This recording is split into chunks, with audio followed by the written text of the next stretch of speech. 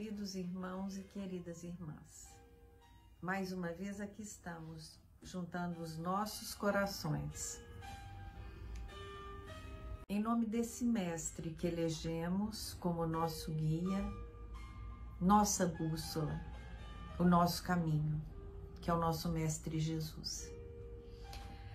A Casa de Zico Horta nos oportunizou ao longo desse período de distanciamento, primeiro de isolamento e depois de distanciamento social em função da pandemia, muitas possibilidades.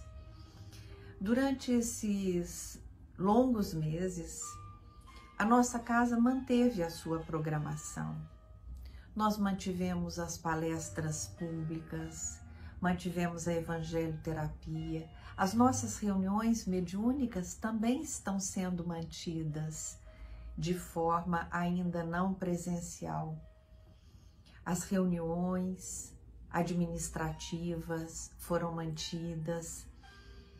As nossas escolas de evangelho também. Então, temos muito a agradecer por não termos nos distanciado dessa prática e desejamos com todo o nosso coração que nós não nos distanciemos mais deste caminho, que nós não nos distanciemos mais dos ensinamentos do nosso Mestre Jesus, mas que, pelo contrário, nós vamos buscar com toda a nossa energia colocá-los em prática. E assim é a evangelioterapia. Nós vamos aquietando os nossos corações, nós vamos tentando nos distanciarmos, ainda que com um certo esforço, das nossas angústias, dos nossos problemas, das questões que estão sendo nesse momento motivo de preocupação. E nós vamos nos distanciar de todas essas questões para nos aproximarmos da nossa essência divina. E ao nos aproximarmos da nossa essência divina, nós vamos experimentar a presença desse mestre que verdadeiramente habita em nós. Ele não se distancia de nós. Nós é que nos afastamos dele e daqueles que laboram na sua seara, quando as nossas condutas, quando os nossos pensamentos e as nossas intenções contrariam os ensinamentos dele.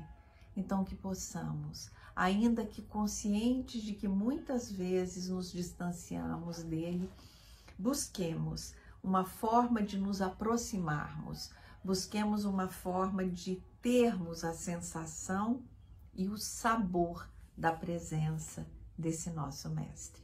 E aí abrimos o evangelho, que pode ser obedecendo a uma sequência, como também pode ser de forma aleatória. E aí eu abri no capítulo 20º do evangelho, que tem por título Os Trabalhadores da Última Hora.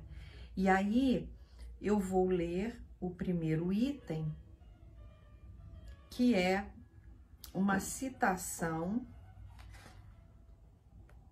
é uma citação de Mateus, é um pequeno trecho de uma parábola, que é a parábola das bodas, parábola do festim das bodas, desculpem. Então, é o capítulo 18, item 1.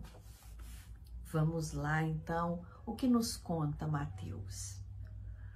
O reino dos céus é semelhante a um pai de família que saiu de madrugada a fim de assalariar trabalhadores para a sua vinha. Tendo convencionado com os trabalhadores que pagaria 1 denário a cada um, mandou-os para a vinha. Saiu de novo à 3ª hora do dia, e vendo outros que se conservavam na praça sem fazer coisa alguma, disse-lhes: Ide também vós outros para a minha vinha, e vos pagarei o que for razoável. E eles foram. Saiu novamente a hora 6ª e a hora 9ª do dia, e fez o mesmo. Saindo mais uma vez à hora 1/10, encontrou ainda outros que estavam desocupados, aos quais disse: por que permaneceis aí o dia inteiro sem trabalhar? Disseram eles, porque ninguém nos assalariou. Ele então lhes disse: ide vós também para a minha vinha. Ao cair da noite, disse o dono da vinha àquele que cuidava de seus negócios: chama os trabalhadores e paga-lhes, começando pelos últimos e indo até os primeiros. Aproximando-se então, os que só à 1/10 hora haviam chegado, receberam 1 denário cada um. Vindo em seguida os que tinham sido contratados em primeiro lugar, julgaram que iam receber mais, porém, receberam apenas 1 denário cada um. Recebendo-o, queixaram-se ao pai de família, dizendo: estes últimos trabalharam apenas 1 hora e lhes dá tanto quanto a nós, que suportamos o peso do dia e do calor? Mas respondendo, disse o dono da vinha a um deles: meu amigo, não te causo dano algum. Não convencionaste comigo receber 1 denário pelo teu dia? Toma o que te pertence e vai-te. Apraz-me a mim dar a esse último tanto quanto a ti. Não me é lícito fazer o que quero? Tens mau olho porque sou bom? Assim, os últimos serão os primeiros, e os primeiros serão os últimos, porque muitos são os chamados, e poucos os escolhidos. Então, isso está relatado no Evangelho de Mateus. E em seguida vem a instrução dos Espíritos a respeito dessa parábola, né? Dessa história que Jesus contou. Então, hoje, a Evangelho-terapia nos relembra essa história. E esse Senhor, né?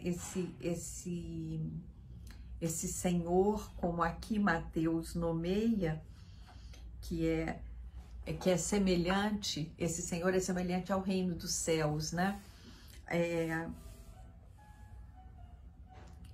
Não é bem isso. É o reino dos céus que é semelhante a esse pai de família que chama os trabalhadores para o trabalho. Então, o que nós podemos entender? O que Jesus está nos dizendo com isso? Nós somos convidados a trabalhar. E é Ele que sai nos procurando.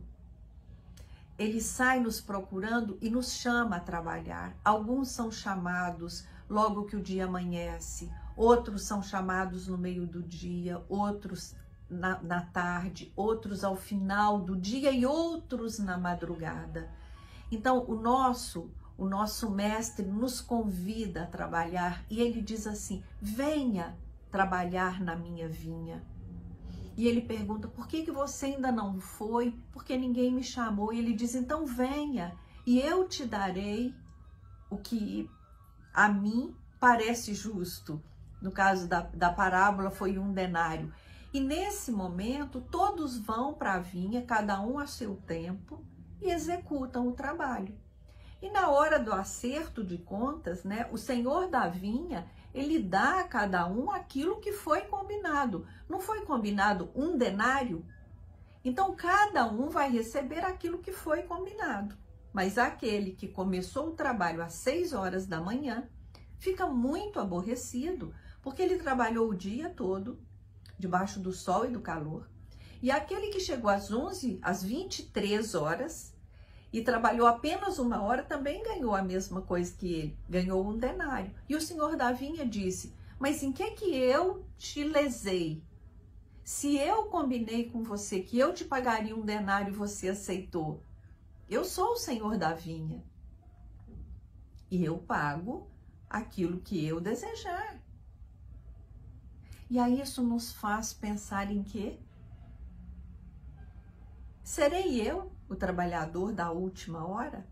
Ou serei eu o trabalhador da primeira hora, que faço o meu trabalho, esqueço que foi isso que eu combinei com o Senhor da vinha, mas fico olhando o que acontece com o outro, fico olhando com aquele que chegou depois, e quero que o que chegou depois tenha menos do que eu. Então, meus irmãos, o nosso entendimento, né, da evangelho-terapia, que significa, o evangelho é esse saber, terapia é o cuidar, é o evangelho cuidando de mim. Então, hoje, a mensagem do Cristo diz assim para mim: Valdéia, o que você combinou é o que está acontecendo, agora faça o seu melhor. Não olhe para aquele que não sofre, para aquele que não padece, para aquele que não se entristece. Olhe e observe se você está cumprindo aquilo que você prometeu. E o que será que nós prometemos ao Senhor, ao qual dedicamos a nossa vida? Eu não tenho dúvida que o que nós prometemos é o que está contido nas leis divinas. Prometemos amar, prometemos perdoar, prometemos não julgar, prometemos reconhecer esse Pai como nosso Criador, aquele que nos deu a vida, nos dá muito mais, mas que nos asseverou de que deveríamos sempre fazer com o outro aquilo que nós gostaríamos que a nós fosse feito.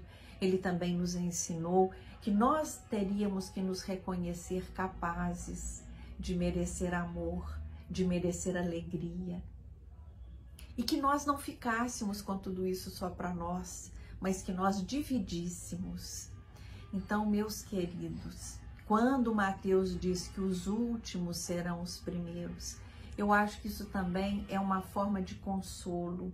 Às vezes eu passo o dia inteiro esperando, ansiosa por uma notícia, ansiosa por um carinho, e tenho às vezes a impressão de que estou esquecida. Mas vamos lembrar que os últimos serão os primeiros? Vamos nos lembrar que se eu me mantiver com a esperança, com o coração envolvido na paz, envolvido na gratidão, na alegria da oportunidade de estar encarnada nesse momento planetário, o Senhor dessa grande vinha, antes que o dia termine, Ele vai me dar a oportunidade de laborar e de receber o alimento que eu necessito, de receber o pagamento que eu necessito, porque cremos que esse Deus ao qual dedicamos as nossas vidas é um Deus de amor. E o nosso Mestre Jesus nos ensinou isso quando aqui esteve.